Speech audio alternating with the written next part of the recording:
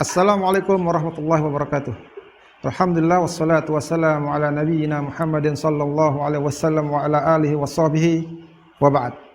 Kaum muslimin dimanapun antum berada, hampir 1500 tahun yang lalu, manusia-manusia terbaik, manusia-manusia yang mana tidak akan ada manusia-manusia lagi seperti mereka pernah menginjakkan kaki di muka bumi ini.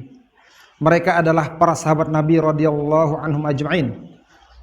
Para sahabat manusia-manusia terbaik yang dijamin oleh Allah Subhanahu wa taala bahwa mereka dijanjikan surga oleh Allah Subhanahu wa taala. Manusia-manusia yang dijamin masuk surga oleh Allah Subhanahu wa taala.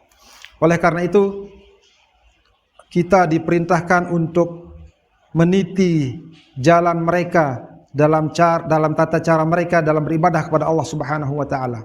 Kita diperintahkan untuk mengikuti gaya hidup mereka.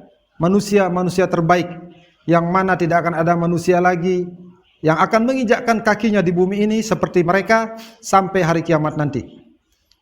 Oleh karena itu Allah Subhanahu wa taala memuji mereka di dalam Al-Qur'an surat At-Taubah ayat ke-100. A'udzubillahi minasyaitonir rajim. Was-sabiqunal awwaluna minal muhajirin wal ansar walladzina ittaba'uuhum bi ihsan radhiyallahu anhum wa radu'an. Mereka orang-orang yang pertama yang beriman dari kalangan muhajirin dan ansar, dan orang-orang yang mengikuti mereka dengan baik, radhiyallahu anhum wa radu'an. Allah ridha kepada mereka dan mereka ridha kepada Allah. Wa a'adda lahum jannat, mereka telah dijanjikan dengan surga-surga. Demikianlah para sahabat. Mereka adalah manusia terbaik yang Allah janjikan mereka surga. Sehingga kita diperintahkan untuk mengikuti tata cara beragama mereka. Diperintahkan kepada kita untuk mengikuti bagaimana muamalah mereka dalam bergaul dengan sesama manusia. Sehingga ketika itu Allah buat Islam jaya sejaya-jayanya. Allah buat musuh-musuh Islam takluk setakluk-takluknya di bawah kaki-kaki para sahabat Nabi Muhammad SAW. Kemudian para sahabat Nabi Muhammad SAW, mereka adalah orang yang paling bagus cara beragamanya. Mereka paling tahu akhlak Nabi Muhammad SAW. Mereka adalah orang yang paling tahu apa yang dimaksud oleh hadis Nabi Muhammad SAW. Dulu Romawi dan Persia, negara adidaya pada masanya, dibuat bertekuk lutut oleh sahabat Nabi Muhammad SAW.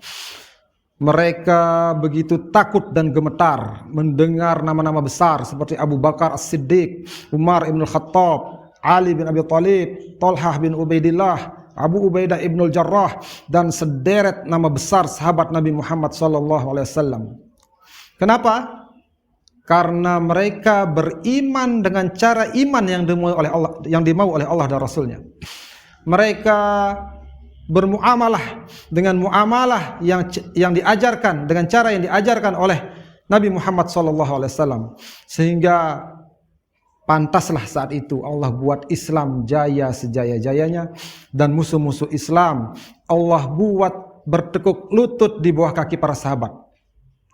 Adapun kita saat ini, sungguh iman-iman yang ada pada hati kita saat ini begitu rapuhnya, tidak sebagaimana iman para sahabat Nabi Muhammad SAW. Kita masih mengatakan ketika Allah Subhanahu wa taala mengharamkan kita untuk bekerja di tempat yang riba, ketika Allah mengharamkan kita untuk memakan riba, kita masih mengatakan kalau tidak riba saya makan apa? Kalau tidak riba, keluarga saya makan apa? Itulah iman-iman yang ada di hati kita.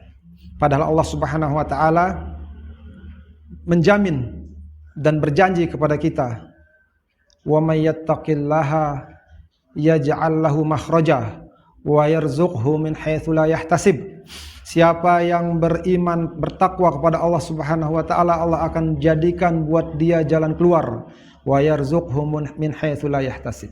Dan Allah akan beri dia rizki dari arah yang tidak diduga-duga. Tapi itulah iman kita. iman yang begitu rapuhnya yang kita miliki, sehingga kita sangat lemah. Penerimaan kita terhadap qala Allah wa qala Rasul begitu rapuhnya. Dulu para sahabat Nabi Muhammad SAW, mereka adalah para peminum khamar, mereka adalah para pecandu khamar. Namun ketika ayat Al-Quran, ketika Allah Subhanahu wa ta'ala mengharamkan khamar, Allah mengatakan rijzun min amali syaitan fajtanibuhu. Khamar itu adalah najis perbuatan syaitan, maka jauhilah ia. Maka seketika itu para sahabat Nabi Muhammad SAW yang mereka notabene adalah para pecandu khamar, mereka mengatakan sami'na wa ata'na. Mereka seketika itu pula memecahkan kendi-kendi mereka yang berisi khamar. Begitu kuatnya iman yang ada pada diri-diri mereka. Ketika Allah Subhanahu wa ta'ala menurunkan ayat tentang wajibnya hijab, maka seketika itu para sahabiah mengambil apa yang ada di depan-depan mereka untuk menutup kepala mereka untuk dijadikan sebagai hijab. Adapun kita saat ini, ketika Allah Subhanahu wa ta'ala mengatakan haramnya khamar, kita masih mencari cara untuk membenarkan khamar, memberi nama yang bukan namanya, memberi nama jamu dan semisalnya. Padahal Nabi Muhammad SAW bersabda, kullu muskirin khamrun, semua yang memabukkan adalah khamar, wa kullu khamrin haramun, dan semua khamar adalah memabukkan, dan semua khamar adalah haram. Apakah itu bentuknya cair, apakah itu bentuknya padat, apakah itu bentuknya gas, selama dia memabukkan maka dia adalah khamar, dan sepatutnya kita untuk meninggalkannya. Sebagaimana para sahabat Nabi Muhammad SAW meninggalkan dengan sepenuh hati, begitu pula kita harus mencontoh beliau, karena mereka adalah manusia-manusia yang dijamin surga oleh Allah Subhanahu wa ta'ala. Demikian apa yang sedikit ini, semoga bermanfaat. Wassallallahu ala nabiyina Muhammad. Subhanakallahumma bihamdika asyhadu an la ilaha illa anta astaghfiruka wa atubu ilaik. Wassalamualaikum warahmatullahi wabarakatuh.